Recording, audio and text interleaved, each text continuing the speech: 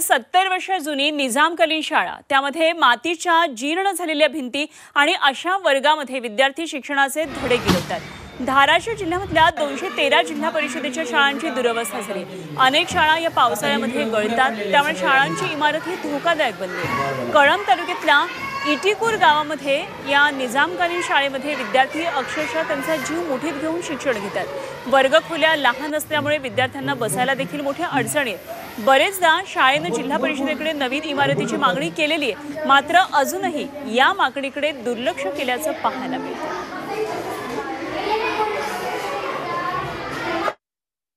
पूर्वीचं बांधकाम हे मातीतील विटामध्ये बांधकाम केलेलं आहे, त्यामुळे सध्याच्या परिस्थितीमध्ये ही शाळा मुलांसाठी धोकादायक आहे।